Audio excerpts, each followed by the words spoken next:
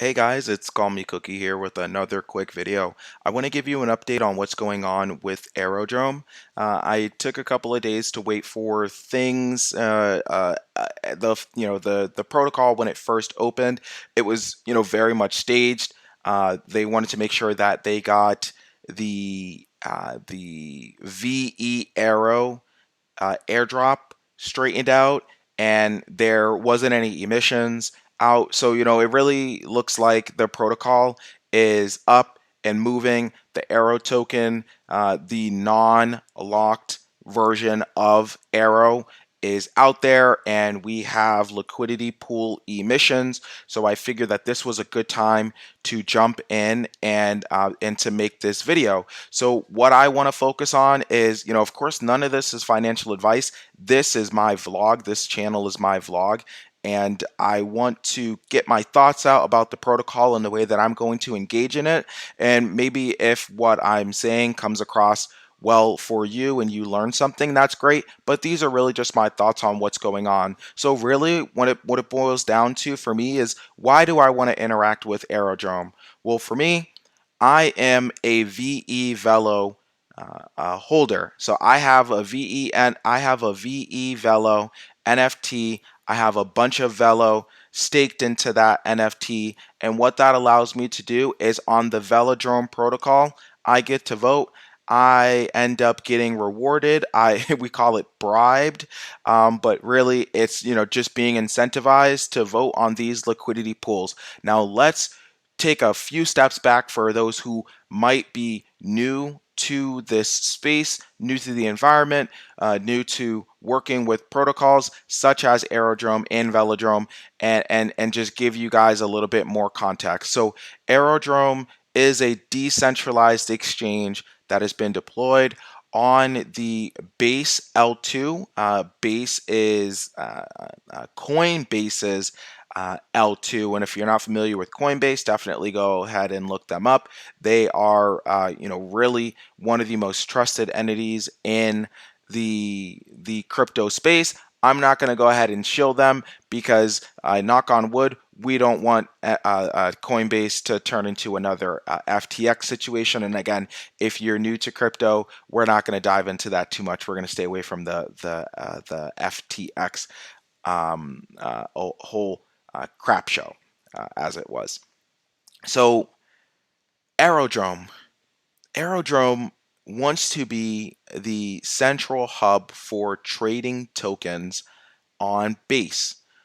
When I'm on Coinbase, I may take USDC and bridge it over to Base, and I also want to have some ETH over there so that I can pay for gas. But let's say I have a little bit of gas and I want more ETH, and I have this USDC from Coinbase that I want to swap into ETH. Well, I can go over to a place like Aerodrome. And why would I prefer using Aerodrome over another decentralized exchange like Uniswap, like any of the folks that are out there, right? Aerodrome, what they want to do in order to incentivize me as a trader to come over and perform my swap on their protocol as opposed to another protocol, is have very deep liquidity. What does that mean?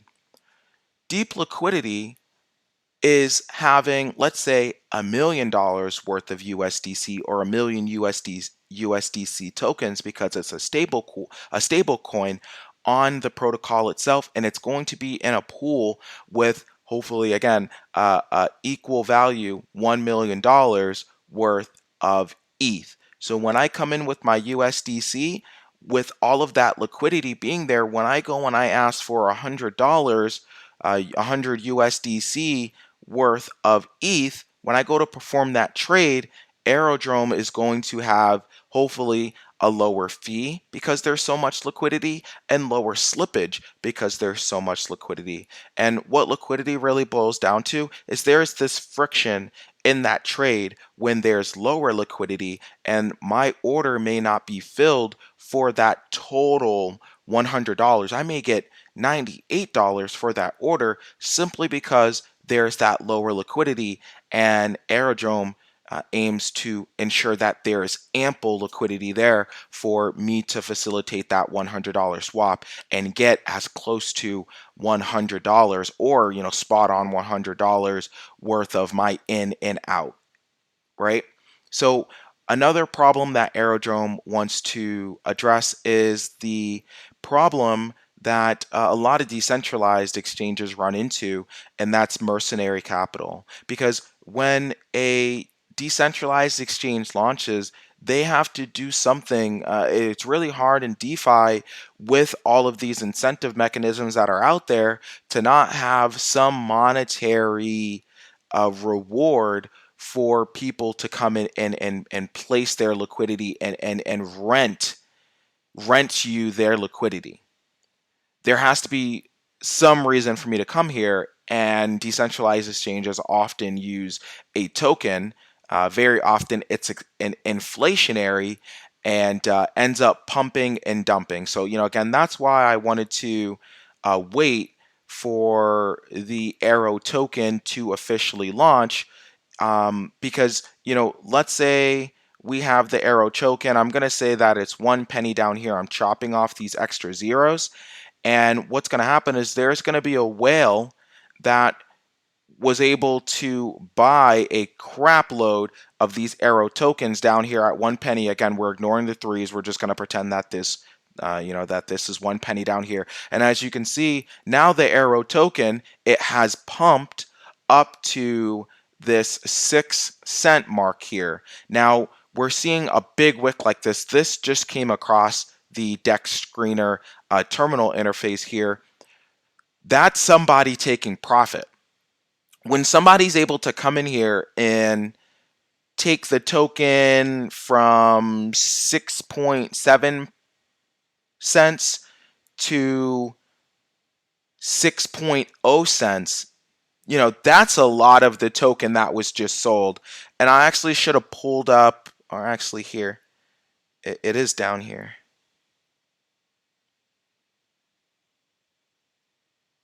Look at, there was a buy for 4 million. That was probably this wick here, but then there were a couple of sells. There was a nice big sell here for 2 million, right? So this big wick right here was most likely this $4 million sell, $4 million buy, and then this other big wick. So yeah, look at. So there's in real time here, there's this $2 million sell, and then this $3 million sell. Somebody, I'm thinking, either in this big wick or in these wicks to the upside, made a bunch of money by having a crap ton of this token, and now they're taking profits. And as I continue here, you're going to understand why the price action of this token is going to affect the way that I interact with Aerodrome and why I will not be buying this token. Because this token, it's not like this is ETH. It's not like this is Bitcoin, and it's not like this protocol is established enough to even warrant me looking at this token and considering buying it. And again, we can see here that there are people who have money to go out and buy this token and affect its price while they're doing swaps with it. Now, don't get me wrong, I'm not going to sit here and deny the fact that this was only a $3,000 buy, this was only a $1,500 sell, and this one was a $1,700 sell. But my point still sticks that there are going to be people in here who are going to look at this screen all day long and maximize the amount of money that they can make by just buying the token low and selling it high, and I don't have any time for that. So what Aerodrome allows me to do is not focus on price action, not worry about buying the token low and selling it high. What it allows me to do is come into the liquidity section of the protocol and allow Aerodrome to rent liquidity from me for a reward in the form of the Aerodrome token emission with this APY. So let's say I again have a bunch of USDC here with a bunch of ETH. I have ETH. in my wallet. I have USDC in my wallet. What I can do is I can come on over here to this deposit button, and I can say I have, let's just say I have 100 Ethereum, which is worth a crap ton of USDC. I can go ahead and deposit those tokens into this pool, and what I'm going to get is based off of the amount of money that I deposited, the worth of my tokens in the the portion of the total amount that my deposit makes up the entire pool, right? I'm going to be rewarded this almost 30-cent APR for Aerodrome renting my liquidity from me. And again, that's all coming full circle to facilitate the trade. But again, like, why would I buy the token? Why would I buy the token if I can just receive it as rewards for depositing my liquidity? Why would I buy the token? So, if I'm getting the token for just sticking my idle tokens, if I'm getting the Arrow token for just having my idle ETH and USDC in the Aerodrome protocol, like, why would I buy it? I have to sit here and keep an eye on this price action. I'm not doing all of that. So, number one for me is that I was given a bag of locked Arrow. Now I can't sell this Arrow. I'm not on the wallet that has that, of course, for my privacy sake. So if I were to go over to dashboard on the wallet that does have my NFT on it, I'll be able to see that down here in my lock section. I'd see the number representing my NFT. I would see the amount of Arrow tokens that are locked in my NFT.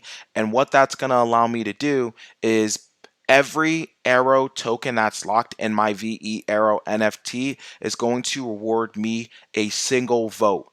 So what's going to happen is, let's say Taro wants to incentivize folks that have the Taro token to come onto Aerodrome, deposit Taro and WETH into the Taro WETH liquidity pool, which is going to increase the amount of liquidity in that pool. So when folks are looking for the low slippage and low fee trade for this particular token pair, they're going to look on a tool like Dex Screener and see that Aerodrome is the best place to go. Hopefully things are starting to make sense here. So what is the best way to ensure that my vote goes to the Arrow pool rather than the USDC pool or the BTC USDC pool? Well, the Taro protocol is going to go on over to incentivize. They're going to... my PC is a little slow with all of the recording software running, so just bear with us. So, they have two pools here. You see this little percent sign here? This is the trading fee. So for every trade, you're going to have 0.03 fee applied to you. So, that's going to be your transaction fee, and that transaction fee is going to end up going over to myself and the other voters, as we can see in that voting section of the protocol there. So let's just stay on WETH Taro. Every week, Taro is going to come into this incentivize tab, and they're going to say, you know what, how much are we willing to spend and bribe and incentivize Jeremy for his votes so that he and others put their liquidity and put their Taro tokens into our liquidity pool to make it easier for everybody else to trade. Whatever that amount ends up being, they're going to put that token, and they can put whatever token, like Taro can put the Taro token, they can put MAI, which is a stable, they can put MIM, which is a stable, anything. They're going to choose these amounts, they're going to hit continue, go through the process, and they're going to deposit that incentivization into their pool. So I'm going to come over here and I'm going to say, ooh, look at who has the most incentives. Who's going to give me the best return on my votes? Who deserves it the most? Well, at least if I were to look at things right now, sometimes I like to go by fees. I would maybe go by. I would probably go with USDC WETH right now because, I mean, even though there isn't a lot of WETH, I don't really want the Taro token. I don't really want the Taro token. That's really the big thing. I mean, I usually want to go for something that like I actually want to hold, or something that again has a lot of liquidity, so I can immediately go ahead and sell that token into WETH or into a stable coin like USDC, my MIM, Frax, any of the others, whatever my desire is there. But you know, again, I'm really trying to express this flywheel effect. We have our traders. Traders pay a fee. Those fees go to VE voters, right?